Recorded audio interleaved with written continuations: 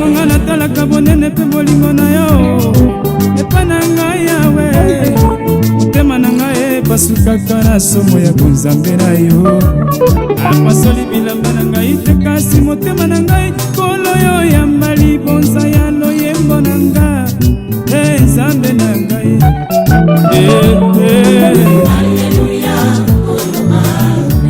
eza malamu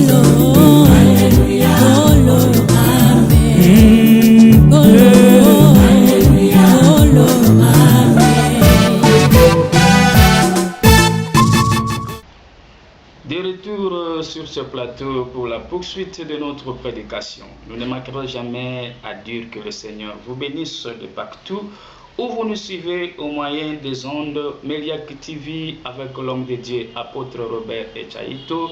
Nous sommes là pour vous transmettre ce message qui sera une bénédiction pour vous.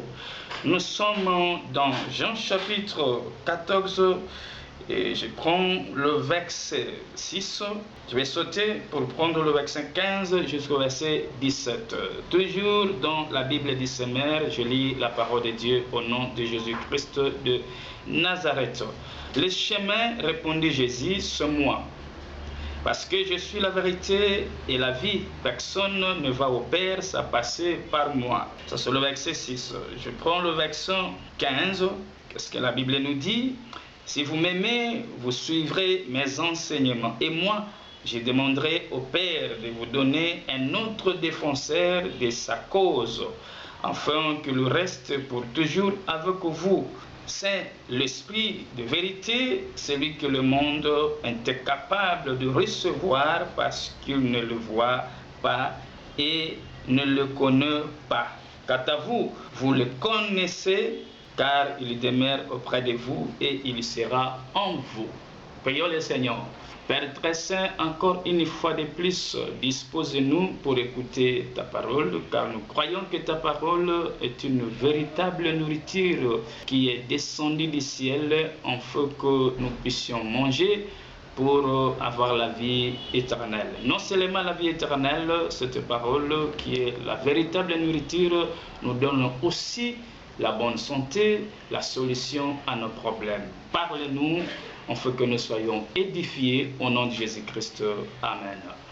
Nous poursuivons l'histoire de David dans 1 Samuel au chapitre 17e.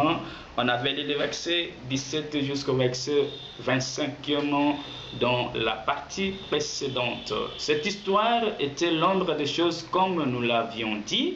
Cela représentait notre Seigneur Jésus-Christ. Cela signifiait plutôt notre Seigneur Jésus-Christ qui allait venir comme un envoyé du Père avec la nourriture qui est sa chair, qui est sa parole, qui donnera la vie au monde. Ça veut dire à tous ceux qui croiront en lui comme Dieu est sauveur. La suite de cette histoire nous dit ceci. Lorsque David est arrivé au camp de bataille, après avoir remis la nourriture qu'il avait apportée à ses frères et au chef de l'armée d'Israël, la Bible témoigne que pendant ce temps, de l'autre côté, le géant Goliath se présenta pour lancer le même défi comme d'habitude. Et on a présenté au jeune David que, voyez celui-là, c'est lui le géant qui nous maltraite ici. C'est lui le géant qui nous a pris en otage ici. C'est lui le géant que personne parmi nous ne peut le battre. Cette chose a touché le cœur du jeune David. C'est par là où je comprends que lorsque le père Isaïe avait envoyé son jeune homme David, ce n'était pas seulement pour apporter la nourriture physique à ses frères et au chef de l'armée d'Israël. Ce n'était pas pour regarder seulement l'état de santé de ses frères, mais c'était aussi pour combattre. Car le véritable David, le Seigneur Jésus-Christ, est venu sur cette terre pour cela. Il a apporté la parole véritable, mais à la fin de toutes choses, à la fin de sa mission, il va se battre contre l'ennemi, le péché qui nous avait assujettis sur le bois de la souffrance. La chose a touché le cœur de David. Il était un jeune. Et qu'est-ce qu'il va faire? Il va poser la question. qu'est-ce qu'on donnera à celui qui battra Saint-Circoncis? Qu'est-ce qu'on donnera comme prime, comme salaire, comme récompense à celui qui va se présenter pour battre Saint-Circoncis? Cette question était profonde. Bien-aimé dans le Seigneur, j'ai aimé ce jeune homme de David. En lui, il n'a pas regardé sa taille, ni son âge physique, mais il était sûr de lui. N'oublie pas que c'est un garçon qu'on avait versé d'huile depuis la maison de son père par le prophète Samuel. Ce qui veut dire, bien-aimé, pour bien se battre, pour bien se présenter au combat, il faut que tu sois sûr de toi-même que tu avais reçu l'onction venant de Dieu, que tu avais été choisi, que tu avais été choisi par Dieu pour le combat. Ici, je vais parler aux hommes de Dieu, aux ministres de Dieu. Aujourd'hui, tout le monde prédicateur, tout le monde pasteur, tout le monde prophète, tout le monde apôtre, docteur et consort. La question est celle-ci. Est-ce que tu avais reçu l'onction? Tu as un mandat? Tu as la mission? Parce que bien aimé dans le Seigneur, se présenter pour battre l'incirconcis Goliath, cela n'est pas donné à tout le monde. Je dirais que le frère de David avait raison de ne pas se présenter. Toute l'armée d'Israël avait raison de ne pas se présenter pour combattre cet incirconcis Goliath. Simplement parce qu'ils n'avaient pas le mandat. La mission ne leur avait pas été donnée. Mais cette mission, cette charge a été réservée qu'à celui qui avait reçu l'onction dans la maison de son père. Ici, dans l'ombre des choses, nous voyons le jeune David. Et je vais exhorter un enfant de Dieu qui me suit en ce moment. La Bible dit dans Job, en réalité dans l'homme, c'est l'esprit, l'âge physique ne fait rien, la sagesse humaine n'a rien à voir, et l'intelligence humaine est importante, bien sûr, mais n'a rien à voir en ce qui concerne le combat contre l'ennemi, contre le diable, contre le mauvais esprit. À ce niveau-là, ça demande une onction divine. À ce niveau-là, ça demande une force divine. C'est réservé aux mandatés de Dieu, bien-aimés dans le Seigneur. Aujourd'hui, l'œuvre de Dieu a perdu son sens. Aujourd'hui, l'œuvre de Dieu a perdu sa valeur à cause de faux prophètes, de faux prédicateurs, de faux ministres qui se sont présentés d'eux-mêmes sans pour autant avoir un mandat, sans pour autant recevoir d'abord une onction de la part de Dieu. David est venu, toute l'armée d'Israël ne savait pas en réalité quelle était la mission de ce jeune David. Même ses frères ne savaient pas. Remarquez, la Bible déclare même que ses frères ont tenté de lui barricader la route, ont tenté de faire dérouter ce jeune homme de David en disant, nous savons que c'est ton orgueil qui t'a amené ici. Et tu poses une telle question, qu'est-ce que tu veux faire en toi? Qu'est-ce qui ne va pas en toi? En réalité, c'est quoi? Mais nous croyons que c'est ton orgueil qui te pousse à poser une telle question. Il ne savait pas en réalité la mission que David avait. Il est venu bien sûr avec la nourriture. C'est là où j'ai toujours dit, c'est là où j'ai toujours prêché les enfants de Dieu. La parole de Dieu n'est pas là seulement pour nous donner des bénéfices physiques. La parole de Dieu n'est pas là seulement pour nous donner des choses matérielles. Mais la parole de Dieu est aussi, d'ailleurs, son but, son objectif est de nous donner la vie éternelle. Toute prédication doit avoir comme objectif primordial la vie éternelle. C'est ce que Christ d'ailleurs avait dit, cherchons premièrement le royaume des cieux et tout ce que nous avons besoin, nous l'aurons par après. Aujourd'hui, beaucoup de prédicateurs prêchent que sur le matériel, sur la vie physique. Tu iras en Europe, tu auras des enfants, ce n'est pas mauvais. Ça, ce sont des nourritures physiques que David avait amenées. Mais ce n'est pas tout. En lui, David avait une autre mission spéciale, c'était de délivrer Israël devant Goliath. Ce qui veut dire, toute prédication, tout enseignement, toute prophétie doit avoir d'abord une mission de délivrer les âmes. Bien-aimés dans le Seigneur, vous qui êtes là uniquement pour parler de miracles physiques, de miracles physiques, de miracles physiques. Moi, je pense que un mandaté de Dieu, celui qui a reçu l'onction, a la mission d'abord de délivrer les âmes pour la vie éternelle. David a donné la nourriture. Je dirais que ce sont là les solutions à nos problèmes physiques sur cette terre des hommes, parce que chacun a son problème, chacun a ses difficultés, chacun a ses besoins. La parole de Dieu nous donne la solution à tout cela, mais ce n'est pas tout. Le souci de Dieu est que nous soyons d'abord délivrés du péché et que nous soyons affranchis. C'est alors que David pose la question: celui qui battra cet incirconcis, on lui donnera quoi comme salaire, comme récompense? On lui dit, vous savez, David, la question est bonne. Et en voici la réponse. Celui qui battra cet incirconcis, le roi a promis, on lui donnera sa fille comme femme, comme épouse. Et ce n'est pas tout. La deuxième proposition du roi est que le roi va affranchir sa famille. Le roi va exonérer sa famille. Ça veut dire que sa famille ne payera plus les impôts de ce pays. Tout ce qui est mis comme impôt, la famille de celui qui sortira vainqueur de cette circoncis Goliath sera affranchie, sera exonéré de tous les impôts. Vraiment, j'ai aimé la proposition du roi Saïl. Au vainqueur, à celui qui sortira vainqueur sur Goliath, voilà ce qu'il aura comme récompense.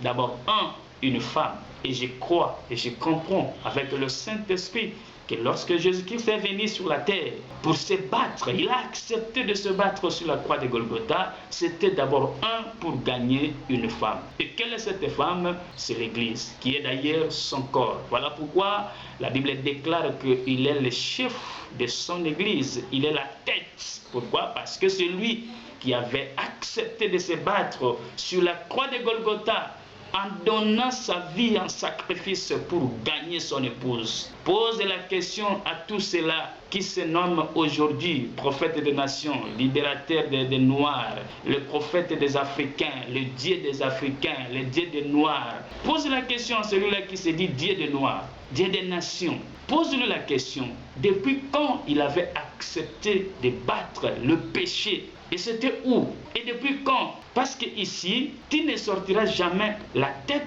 de l'église ou l'époux de l'épouse si tu ne bats pas l'ennemi Goliath, si tu ne renverses pas l'ennemi Goliath, si tu ne tues pas le géant Goliath. Et le géant Goliath aujourd'hui, c'est le péché. Qui parmi ces faux dieux-là, qui parmi ces faux prophètes-là, sont disant des Noirs des nations, avait accepté de combattre le péché? Et c'était où, bien-aimés dans le Seigneur? La Bible déclare que vous connaîtrez la vérité. Et c'est cette vérité qui vous affranchira. Beaucoup de gens aujourd'hui sont péris faute d'une mauvaise prédication, faute de mauvais enseignements, parce qu'ils ne sont pas dans la vérité, parce qu'ils se sont donnés à écouter des mensonges. Ici, la Bible déclare que la seule chose qui affranchit, c'est la vérité. Il s'agit de quelle vérité? Lorsque la Bible nous parle de la vérité qui affranchit, il est question d'un homme. Dans Jean chapitre 14, s'il vous plaît, au verset 6e, la Bible a déclaré clairement que celui qui est la vérité, c'est moi. Qui dit moi? C'est Jésus qui le déclare. C'est moi qui ai la vérité, je suis le chemin et à la fin, je suis la vie. La vérité qui a franchi, c'est un homme, c'est Jésus-Christ. Vous savez pourquoi? Parce que c'est lui qui avait accepté de combattre, et non seulement de combattre, mais de vaincre le péché qui nous avait assujettis depuis la chute du premier homme. David était l'image de notre Seigneur Jésus-Christ. En écoutant que le salaire sera une femme, et quelle femme? L'enfant du roi, la fille du roi. Lorsqu'on nous parle de la fille du roi ici, on veut nous parler de l'église, parce qu'en réalité, c'est l'église qui est la fille du roi, car c'est Dieu qui est notre Père. Il nous a engendrés à travers son Fils, à travers la bonne parole, à travers l'évangile de la vérité. Et Jésus-Christ est venu, il a accepté de livrer un combat sur la croix de Golgotha, pour détruire l'ennemi Goliath, pour détruire l'ennemi, le diable, le péché, la mort, afin de nous récupérer, afin de nous gagner, parce que nous sommes la fille du roi. David a accepté de se livrer au combat parce qu'il a su que le salaire sera une femme, et une femme qui sortira de la maison du roi. Encore une fois de plus, bien-aimé, je vais ouvrir une petite parenthèse. La vie éternelle n'est pas pour tout le monde. La vie éternelle est réservée qu'aux enfants du ciel. Les prédestinés, allais-je dire d'une autre manière, c'est la fille du roi qui ira à l'éternité, qui ira à la rencontre de son époux parce que son époux va battre l'ennemi sur la croix de Golgotha. Et là, je parle de notre Seigneur Jésus-Christ. Ça, c'est d'abord de 1. Et de 2, David a écouté que le roi va exonérer la famille, racheter la famille. La famille ne sera pas encore condamnée de payer les impôts chaque fois. Celui qui va vaincre saint et circoncis, sa famille sera rachetée. Sa famille sera exonérée. Bien-aimé dans le Seigneur, c'est clair.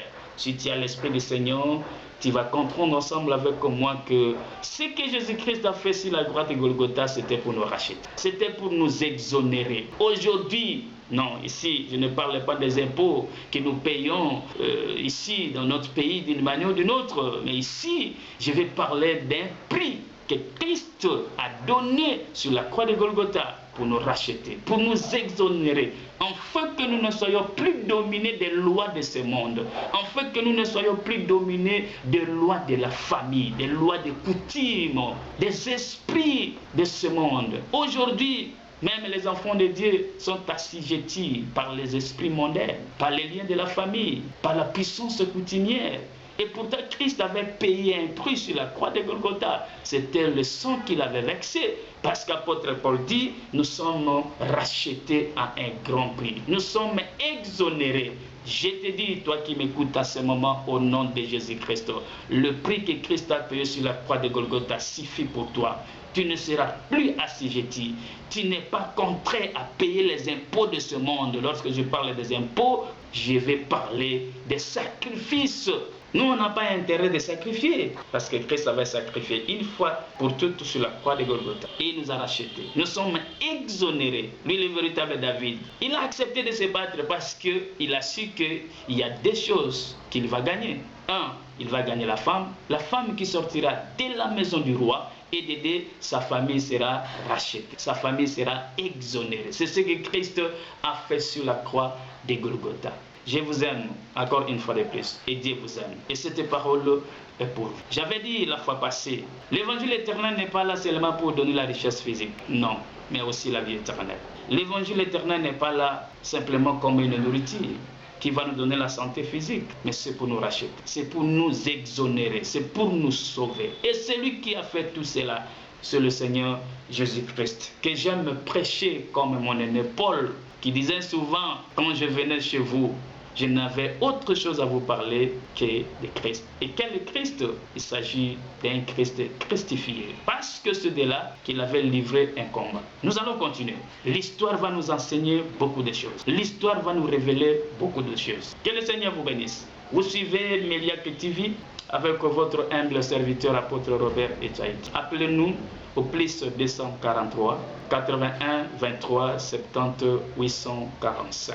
Écrivez-nous, cela va nous édifier. Nous avons besoin de vos suggestions, de vos commentaires, de vos questions si vous en avez, de vos préoccupations. Et la parole de Dieu, celle comme une véritable nourriture, va nous donner la solution et la joie. Là, nous venons de lire dans Jean chapitre 14, le verset 15. Qu'est-ce que Christ dit? Le consolateur que le Père enverra sera pour vous une vérité. C'est l'esprit de vérité que le Père enverra sur vous. Vous savez pourquoi l'esprit de vérité?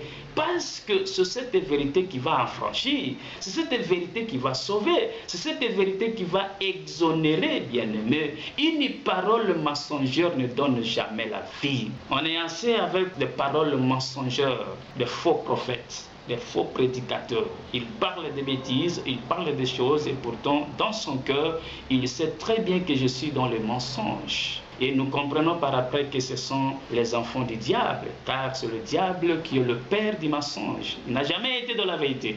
Et si vous fouillez la Bible témoigne de Genèse à Apocalypse que c'est la vérité qui affranchit, qui sauve. Et quelle est cette vérité? C'est un homme. Je viens de le lire. C'est Jésus-Christ qui dit c'est moi qui ai la vérité. La vérité n'est pas autre chose. La vérité, ce n'est pas la parole qu'on parle comme ça. La vérité, c'est une personne. Et c'est Jésus. Ce qui veut dire, tout celui qui croit en Jésus, il est maintenant dans la vérité. Et c'est cette vérité qui va l'enfranchir. C'est cette vérité qui va le sauver. C'est cette vérité qui va lui accorder la vie éternelle.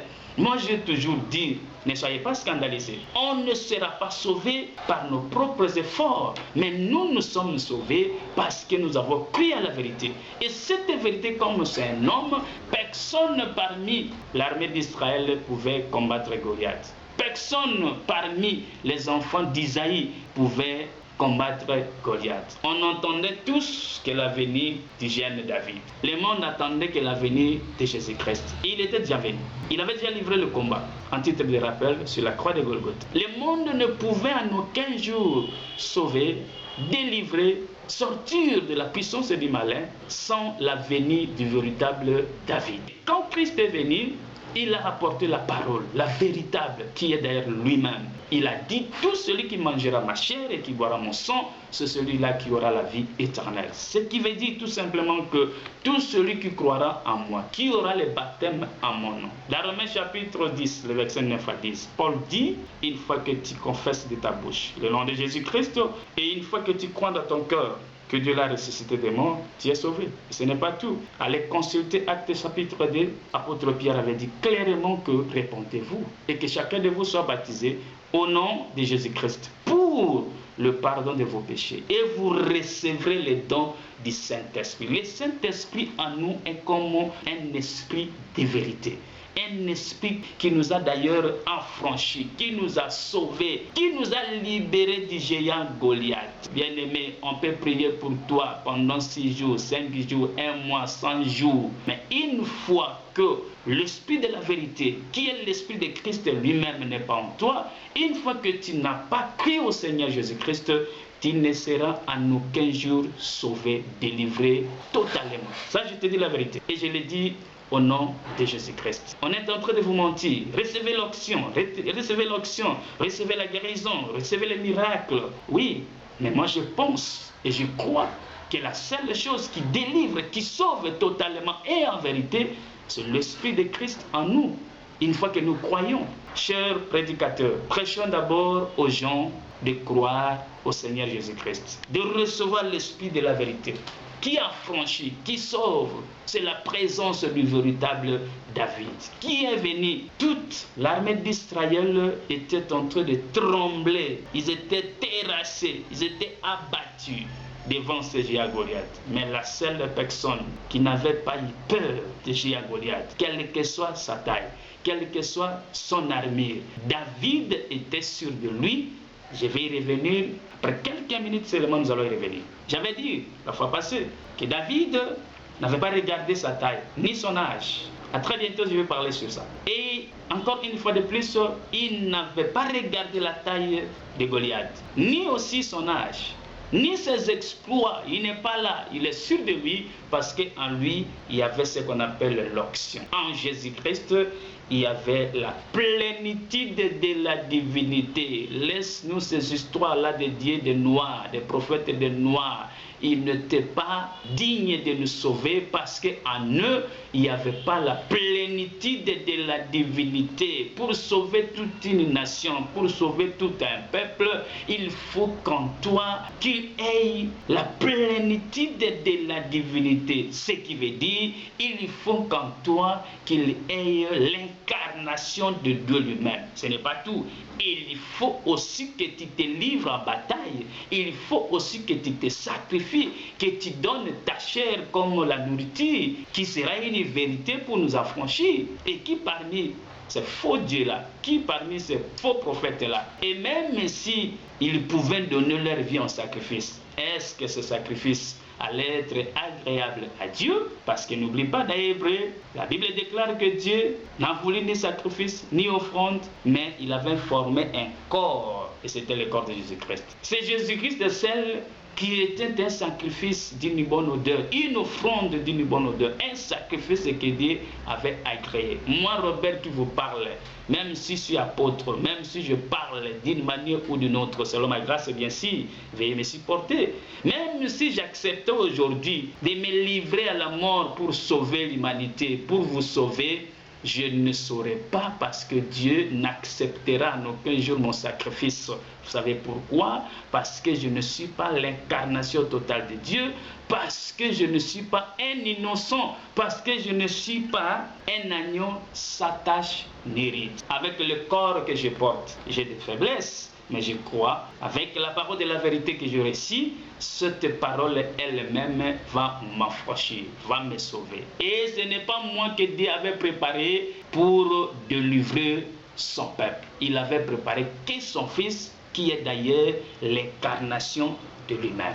Que le Seigneur vous bénisse. Je pense que je suis dans la vérité. Et posez des questions si vous ne comprenez pas. Et si vous avez des doutes par rapport à cette écriture, posez-nous des questions. Donnez vos suggestions. Nous sommes là. Mais moi, je crois à une seule chose. Vous connaîtrez la vérité et c'est cette vérité qui vous affranchira. Que le Seigneur vous bénisse. D'ici là, portez-vous bien et à la prochaine.